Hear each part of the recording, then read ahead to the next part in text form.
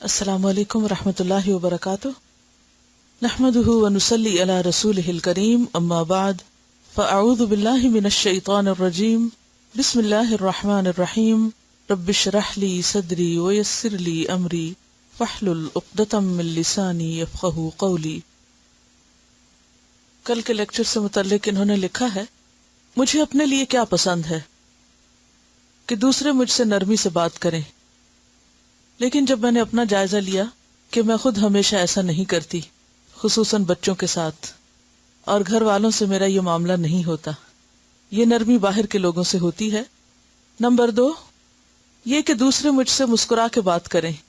مجھے دوسروں کی مسکراہٹ پسند ہے، لیکن خود میں اپنے موڈ کے مطابق رویہ رکھتی ہوں۔ موڈ اچھا ہے تو سب سے ہنس کر خوشی سے بات کی، جب موڈ اچھا نہیں تو یہ سنت بھی یاد نہیں رہتی۔ نمبر 3، مجھے اپنی تعریف پسند ہے۔ قرآن پڑھ کر الحمدللہ یہ مرض تو ختم ہو گیا کہ میری کوئی تعریف کرے یا میں اس کے لیے کوشش کروں، لیکن جب کوئی تعریف کرے تو خوشی ضرور ہوتی ہے، لیکن دوسروں کی تعریف کرتے ہوئے بہت کنجوسی سے کام